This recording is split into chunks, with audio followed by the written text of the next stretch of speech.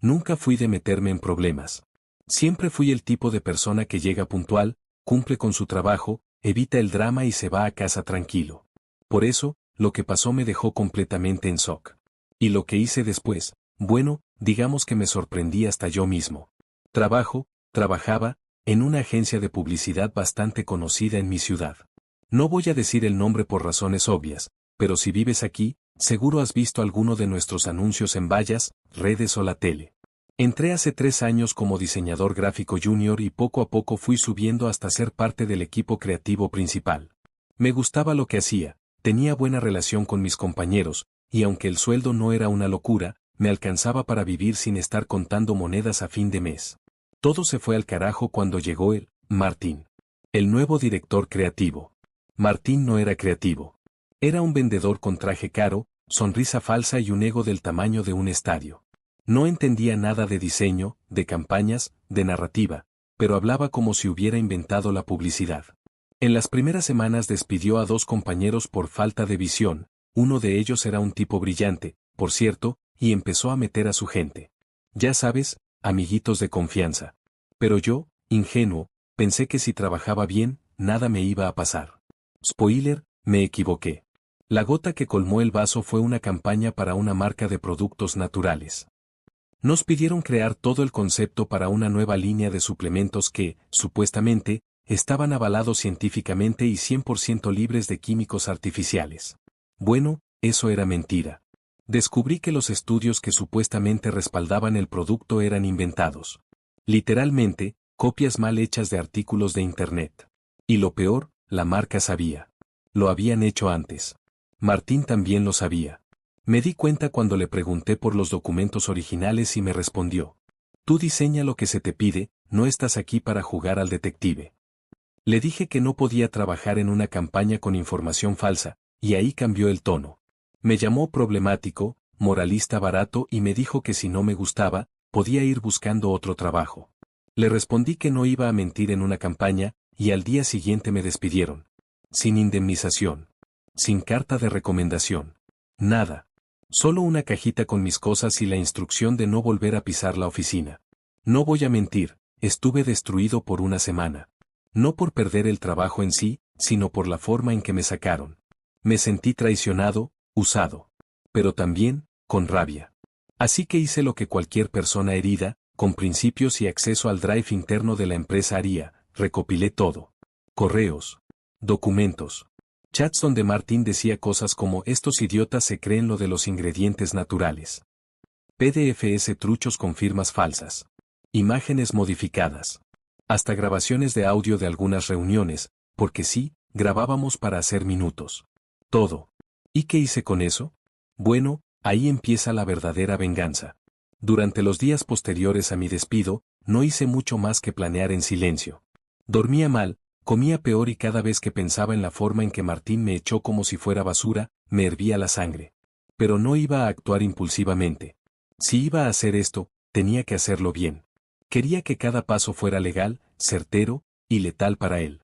Lo primero fue organizar todo el material que tenía. Descargué copias de seguridad en discos externos, en la nube, incluso en una memoria USB escondida en una vieja caja de cables. Sabía que si esto se filtraba de golpe, podía parecer una venganza despechada. Así que armé un informe detallado, con fechas, pruebas y una narrativa clara de cómo esa campaña era fraudulenta desde su origen. Incluí conversaciones donde se hablaba de modificar los estudios, facturas sospechosas y aprobaciones express sin revisión legal. Después, contacté con una excompañera del área legal que había renunciado meses antes por diferencias éticas. No me costó mucho convencerla de que algo turbio pasaba, y cuando vio parte de la evidencia, me ayudó a pulir mi presentación. Ella tenía conocidos en un organismo estatal que regulaba publicidad de productos para el consumo humano. Sí, exacto, presenté una denuncia formal. Con todo. Con mi nombre. Firmada. Me daba igual que eso significara quemar puentes. Martín ya había hecho eso por mí. Pero eso no fue todo. Mandé copias anónimas del informe a varios clientes importantes de la agencia, incluyendo uno que era bastante conocido por su postura ética y ecológica. También envié un paquete físico a un periodista local que tenía una sección sobre fraudes empresariales. No me contestó enseguida, pero su asistente sí, pidiéndome más datos. Se los di. Todo lo que quisiera. Y como toque final, subí una reseña extensa, sin difamar, solo con hechos comprobables, en un foro profesional donde muchos diseñadores, creativos y marcas suelen buscar referencias de agencias. No mencioné nombres directamente, pero usé suficientes pistas como para que cualquiera con media neurona supiera de quién hablaba. El efecto fue como tirar una piedra a un lago de gasolina. Primero empezaron los rumores. Excompañeros me escribían preguntándome si era cierto lo que se decía. Luego, un cliente grande canceló su contrato con la agencia. Después, la autoridad reguladora hizo una visita sorpresa. Alguien me pasó un mensaje de voz de Martín gritando como loco que iba a demandar al imbécil que se atrevió a hacer esto. Y claro, yo solo sonreía desde mi escritorio en casa, con mi cafecito, mientras todo ardía. ¿La mejor parte? A las 3 semanas, salió un artículo completo en un medio digital con el título, Agencia Top acusada de campaña fraudulenta en productos de salud. No mencionaban mi nombre, bendita confidencialidad legal, pero sí hablaban de Martín, de la marca involucrada y del escándalo de los estudios falsos. Y ahí es cuando la cosa se puso interesante, porque lo que empezó como una campaña engañosa terminó destapando algo mucho más grande. Lo que vino después fue algo que ni yo vi venir. Verán, yo solo quería exponer una campaña fraudulenta y arruinar la carrera de un tipo miserable. Pero cuando salió el artículo en el medio digital, ese que empezó todo el efecto dominó, alguien mucho más grande empezó a prestar atención, el SAT, sí, la agencia de impuestos. Resulta que, en su investigación, el periodista que recibió mi denuncia encontró algo raro en los contratos. Algunos pagos hechos por la marca a la agencia eran excesivos, por decirlo suave. Y eso llevó a otra línea de investigación. Y luego otra. Como un hilo que jalas y de pronto toda la tela se deshace. Me enteré por un excompañero, uno de los pocos que seguía hablándome, que auditores fiscales habían llegado a la oficina con papeles, preguntas y caras de pocos amigos. Martín intentó actuar como si no pasara nada, pero al parecer varios documentos importantes habían desaparecido. Y eso, en lugar de ayudar, los hundió más. Mientras tanto, yo estaba recibiendo mensajes en mi LinkedIn como si fuera Navidad. Diseñadores de otras agencias, clientes, freelances, hasta gente que ni conocía me escribía para decirme que lo que hice había sido valiente. Algunos hasta me ofrecieron trabajo freelance. Pero yo no estaba pensando en eso aún. Estaba esperando el golpe final. Y llegó. Una tarde, revisando Twitter, vi que el periodista que había escrito el artículo publicó un nuevo hilo. Esta vez el enfoque era más fuerte, millonario fraude publicitario encubría esquema de evasión fiscal. Lo leí con el corazón acelerado. Decía que se estaban investigando contratos falsos, triangulación de pagos, facturación doble. Y en el hilo etiquetaba a varias autoridades. Y justo ahí, mencionaban a Martín por nombre. Con cargo. Con fecha. Fue surrealista. La gente en los comentarios lo destrozaba.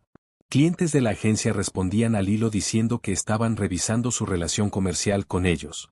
Una marca importante los acusó públicamente de manipular resultados en otra campaña del año anterior. Era un colapso en cámara lenta. Y entonces, como si eso no fuera suficiente, recibí una llamada.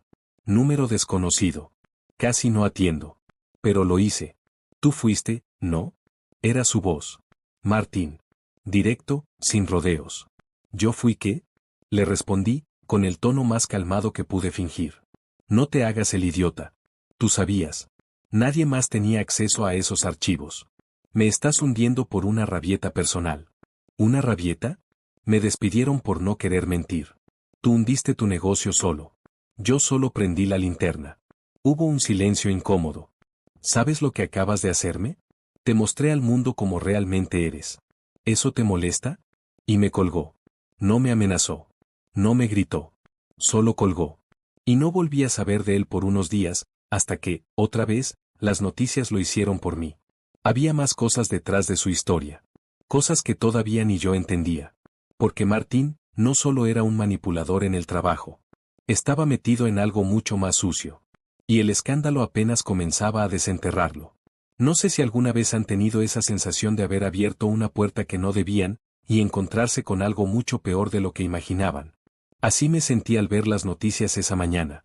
El titular decía, agencia de publicidad implicada en red de lavado de dinero y contratos fantasma.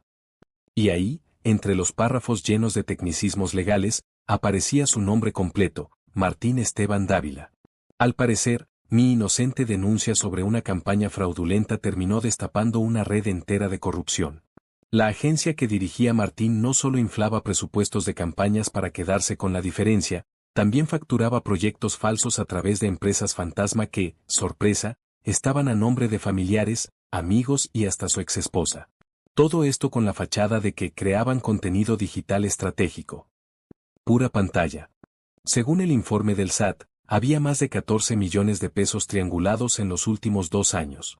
Yo no entendía cómo no lo habían descubierto antes. O tal vez sí lo sabían, pero nadie se había atrevido a tirar de ese hilo. O nadie tenía pruebas sólidas. Y ahí es donde, sin querer, fui el detonante perfecto. La agencia colapsó en menos de una semana. Un cliente importante anunció públicamente que los demandaría por fraude contractual. Otros rescindieron contratos y exigieron devolución de pagos. El personal fue citado a declarar. El socio mayoritario, un tipo que siempre estuvo en la sombra, vendió su parte y desapareció del mapa. Y Martín, bueno, Martín desapareció también. Literalmente. Nadie sabía dónde estaba. No fue a trabajar más. No respondió llamadas. Borró sus redes. Se rumoreaba que había salido del país, que estaba escondido, que se había internado en algún lugar privado. Incluso algunos decían que intentó chantajear a un ex socio para que lo protegiera. Y aunque todo eso debería haberme hecho sentir satisfecho, la verdad es que no. No del todo. Porque algo me carcomía por dentro, ¿y si esto no terminaba ahí? ¿Y si él volvía? ¿Y si buscaba venganza? Yo lo conocía. Era de los que no se dejaban hundir sin arrastrar a alguien con él. Y tenía motivos para odiarme. Una noche, mientras revisaba mis mensajes, recibí un correo sin remitente claro. Solo decía: jugaste bien. Pero no olvides que los juegos tienen más de una ronda. Fruncí el ceño. Era claramente una amenaza velada. No había firma, ni nada más. Solo eso. Y aunque parte de mí quería pensar que era una broma pesada de alguien del entorno de Martín, otra parte no pudo evitar mirar por la ventana esa noche. Y cerrar bien la puerta. Decidí contarle todo a un amigo abogado. Me dijo que probablemente era una táctica de intimidación, pero que igual debía estar alerta. Y que si volvía a recibir mensajes así, los reportara. Los días pasaron. Y cuando pensé que todo estaba empezando a calmarse, recibí una llamada del periodista. Tenemos que hablar, me dijo. Hay algo más. Y puede que te involucre. ¿A mí? Sí. Creemos que te usaron. Y en ese momento, supe que esto no había terminado. Ni de cerca. Cuando colgué la llamada con el periodista, sentí ese mismo frío en el estómago que te da antes de un accidente. No era miedo exactamente, era la conciencia de que algo más grande se venía encima. Algo que, hasta ese momento, yo ni siquiera sospechaba. Nos reunimos en una cafetería discreta al sur de la ciudad. Él, Rodrigo, ahora sí lo nombro, llegó con una carpeta impresa y una tablet. Antes de que yo dijera una palabra, me soltó. Tu denuncia fue la clave, pero creo que la usaron como carnada. Me quedé en silencio. ¿Carnada para qué? Rodrigo bajó el tono. Para tumbar a Martín y limpiar el camino para otra jugada. Mira esto. Me mostró un esquema, nombres, empresas, flechas, vínculos. Era una especie de mapa de relaciones entre la agencia, la marca de suplementos, otras 2 empresas fantasma, y un nombre que no había aparecido hasta ahora, Carlos Méndez, es socio de Martín. El tipo que había vendido su parte y desaparecido. Carlos fue el verdadero arquitecto de todo, me explicó. Tenía el control financiero y sabía perfectamente cómo lavar dinero sin dejar rastros. Pero tenía un problema, Martín hablaba mucho. Era imprudente, impulsivo, y ya había tenido problemas antes por su ego. No era confiable. Entonces, ¿me usaron para sacarlo del medio? Eso parece. Alguien filtró justo la información suficiente como para que tú la encontraras. Tú armaste el caso, lo hiciste público, y Martín cayó solo. Ahí fue cuando todo me dio vueltas. Yo pensaba que había sido el héroe justiciero de la historia. El tipo valiente que se enfrentó al sistema. Pero en realidad, fui una ficha más. Una pieza movida por alguien mucho más listo. Rodrigo me mostró un correo interno filtrado, que aparentemente venía de una de las empresas pantalla. Decía: dejarle accesible el folder de la campaña a el diseñador puede acelerar el proceso. Necesitamos que Dávila se queme solo. El diseñador. Yo. Me temblaban las manos. Literalmente. ¿Y por qué me avisas esto ahora? Le pregunté, sintiéndome expuesto. Porque creemos que tú podrías tener acceso a más de lo que pensás. Y si lo tenés que decidir qué hacer con eso. Carlos sigue operando, desde las sombras, pero más libre que nunca ahora que Dávila está fuera del juego. Y si tú hablas, si tú tirás la próxima ficha. Podría caer él. Rodrigo asintió. Volví a casa con el estómago hecho nudo. Encendí la computadora. Busqué entre los respaldos que había guardado. Revisé los documentos con una lupa distinta esta vez. Y ahí estaba, contratos firmados con empresas que no existían, transferencias a cuentas en paraísos fiscales, nombres que no figuraban en ningún lado, excepto ahí. Y entonces lo entendí. La caída de Martín no fue justicia. Fue un ajuste de cuentas. Y ahora yo tenía en mis manos la oportunidad, y la carga, de provocar la caída del verdadero villano.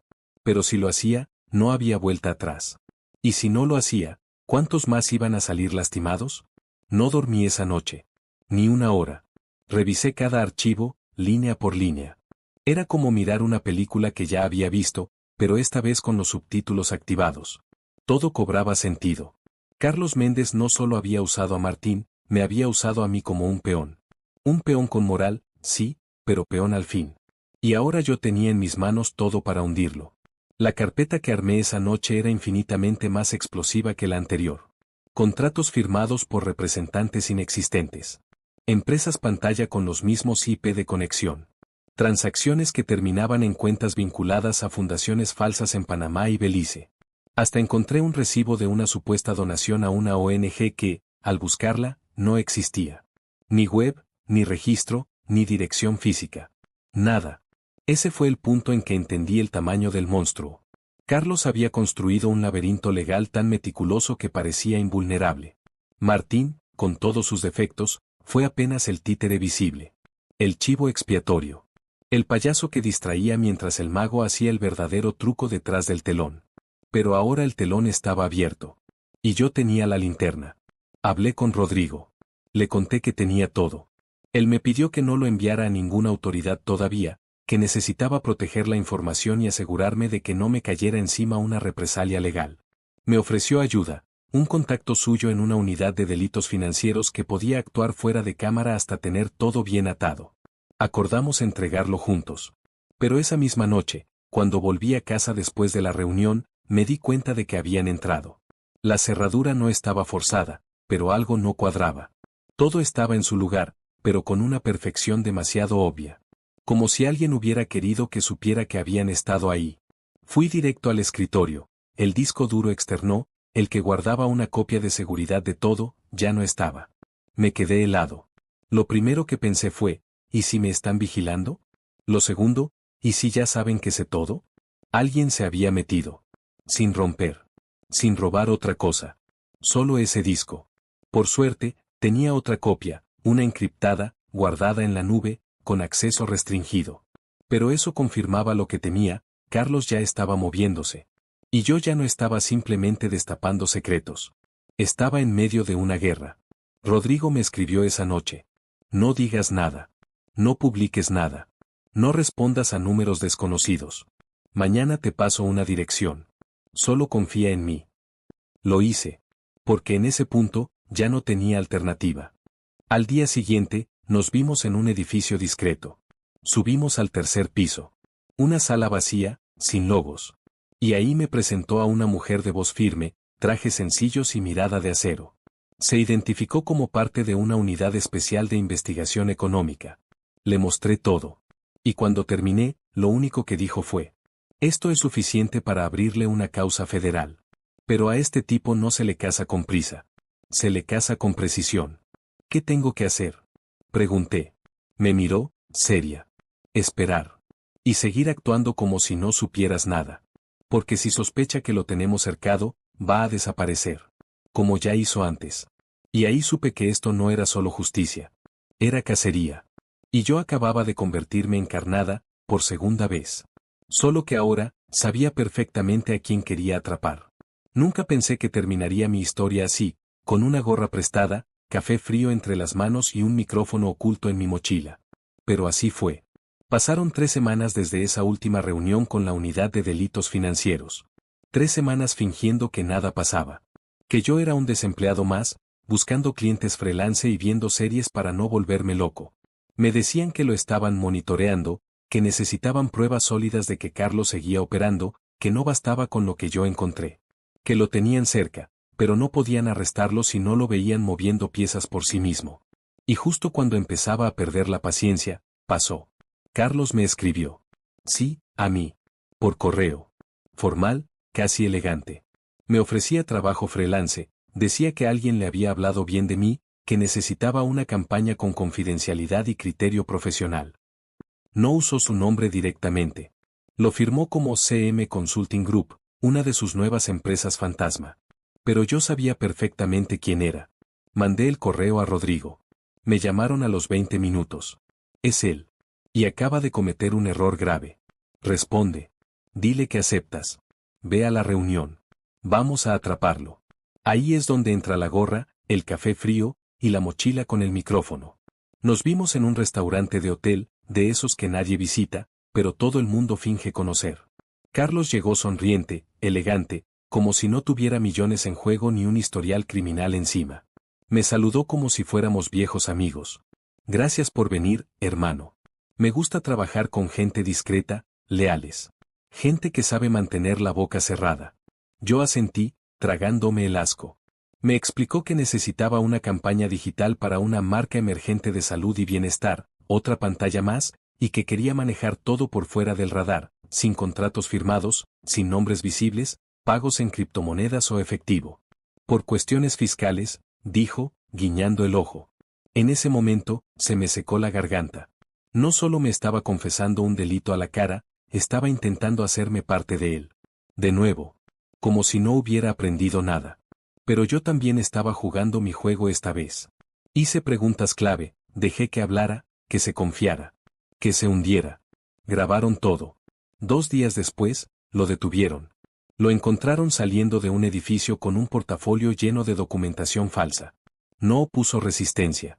En las noticias decía que el operativo fue resultado de una investigación anónima de meses. No mencionaron mi nombre, por seguridad. Ni falta hacía. Su foto esposado fue suficiente. El tipo que una vez me despidió por no mentir, terminó atrapado por no saber cuándo dejar de mentir. ¿Y yo? No voy a romantizar esto. No fue bonito. No fue catártico. Perdí amistades, meses de sueño, tuve ataques de ansiedad y paranoia. Me sentí usado más de una vez. Pero al final, hice lo correcto. Me ofrecieron trabajar con la unidad como colaborador externo. Lo rechacé. No soy espía, ni héroe. Solo soy alguien que no quiso quedarse callado. Hoy trabajo en una agencia mucho más pequeña, pero honesta. Me siento tranquilo. Por primera vez en mucho tiempo, puedo mirar al espejo sin rabia. A veces todavía me pregunto si valió la pena todo. Pero luego recuerdo su cara, en la foto, esposado, humillado. Y pienso, sí, lo valió. Cada maldito segundo. ¿Ustedes lo habrían hecho? ¿Se habrían arriesgado como yo, o habrían dejado que se pudriera todo desde lejos? Porque a veces, ser justo te cuesta. Pero no serlo, cuesta más.